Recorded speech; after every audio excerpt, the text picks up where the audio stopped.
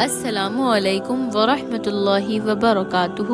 بغیر حساب کتاب کے جنت میں جانے والے حضرت اسماء رضی اللہ عنہا کہتی ہیں، میں نے حضور صلی اللہ علیہ وسلم سے سنا کہ قیامت کے دن سارے آدمی ایک جگہ جمع ہوں گے اور فرشتہ جو بھی آواز دے گا سب کو سنائی دے گا۔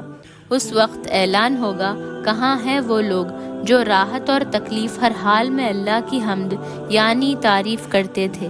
یہ سن کر ایک جماعت اٹھے گی اور بغیر حساب کتاب کے جنت میں داخل ہو جائے گی۔ پھر اعلان ہوگا، کہاں ہیں وہ لوگ جو راتوں میں عبادت میں مشغول رہتے تھے اور ان کے پہلو بستروں سے دور رہتے تھے۔ پھر ایک جماعت اٹھے گی اور بغیر حساب کتاب کے جنت میں داخل ہو جائے گی۔ پھر اعلان ہوگا، کہاں ہیں وہ لوگ جن کو تجارت اور خرید و فروخت اللہ کے ذکر سے غافل نہیں کرتی تھی۔ پھر ایک جماعت اٹھے گی اور بغیر حساب کتاب کے جنت میں داخل ہو جائے گی۔ ایک اور حدیث میں بھی یہی قصہ آیا ہے، اس میں یہ بھی ہے کہ اعلان ہوگا، آج محشر والے دیکھیں گے کہ کریم لوگ کون ہیں، اور اعلان ہوگا، کہاں ہیں وہ لوگ جن کو تجارت مشاغل اللہ کے ذکر اور نماز سے نہیں روکتے تھے۔ شیخ نصر سمرقندی رحمۃ اللہ علیہ نے تنبیہ الغافلین میں بھی یہ حدیث لکھی ہے۔ اس کے بعد لکھا ہے کہ جب یہ حضرات بغیر حساب کتاب چھوٹ چکیں گے تو جہنم سے ایک عنق یعنی لمبی گردن ظاہر ہوگی جو لوگوں کو پھاندتی ہوئی چلے آئے گی۔ اس میں 2 چمکدار آنکھیں ہوں گی اور نہایت فصیح زبان ہوگی۔ وہ کہے گی کہ میں ہر اس شخص پر مسلط ہوں جو متکبر، بدمزاج ہو، اور مجموعے میں سے ایسے لوگوں کو اس طرح چن لے گی جیسے کہ جانور دانہ چگتا یعنی کھاتا ہے۔ ان سب کو چن کر جہنم میں پھینک دے گی۔ اس کے بعد پھر اسی طرح دوبارہ نکلے گی اور کہے گی کہ اب میں ہر اس شخص پر مسلط ہوں جس نے اللہ کو اور اس کے رسول صلی اللہ علیہ وسلم کو ایذا یعنی تکلیف دی۔ ان لوگوں کو بھی جماعت سے چن کر لے جائے گی۔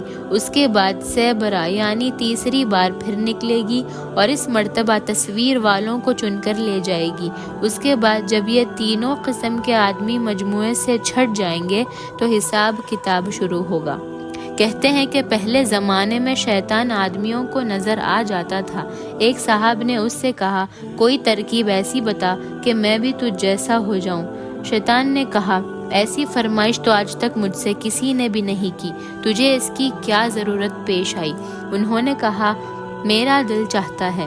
شیطان نے کہا، اس کی ترکیب یہ ہے کہ نماز میں سستی کر اور قسم کھانے میں ذرا پرواہ نہ کر، جھوٹے سچے ہر طرح کی قسمیں کھایا کر۔ ان صاحب نے کہا کہ میں اللہ سے وعدہ کرتا ہوں کہ کبھی نماز نہ چھوڑوں گا اور کبھی قسم نہ کھاؤں گا۔ شیطان نے کہا کہ تیرے سوا مجھ سے چھال کے ساتھ کسی نے کچھ نہیں لیا۔ میں نے بھی عہد کر لیا کہ آدمی کو کبھی نصیحت نہیں کروں گا۔ حضرت ابی فرماتے ہیں کہ حضور صلی اللہ علیہ وسلم نے ارشاد فرمایا، اس امت کو رفعت یعنی بلند درجہ و عزت اور دین کی فروغ یعنی ترقی کی بشارت دو، لیکن دین کے کسی کام کو جو شخص دنیا کے واسطے کرے آخرت میں اس کا کوئی حصہ نہیں۔ ایک حدیث میں آیا ہے، حضور صلی اللہ علیہ وسلم ارشاد فرماتے ہیں، میں نے حق تعالی شانہ کی بہترین صورت میں زیارت کی۔ مجھ سے ارشاد ہوا کہ محمد صلی اللہ علیہ وسلم مال اعلیٰ والے یعنی فرشتے کس چیز میں جھگڑ رہے ہیں؟ میں نے عرض کیا، مجھے تو علم نہیں۔ تو حق تعالی شانہ نے اپنے دست مبارک میرے سینے پر رکھ دیے، جس کی ٹھنڈک سینے کے اندر تک محسوس ہوئی، اور اس کی برکت سے تمام عالم مجھ پر منکشف یعنی ظاہر ہو گئی۔ پھر مجھ سے ارشاد فرمایا، اب بتاؤ فرشتے کس چیز میں جھگڑ رہے ہیں؟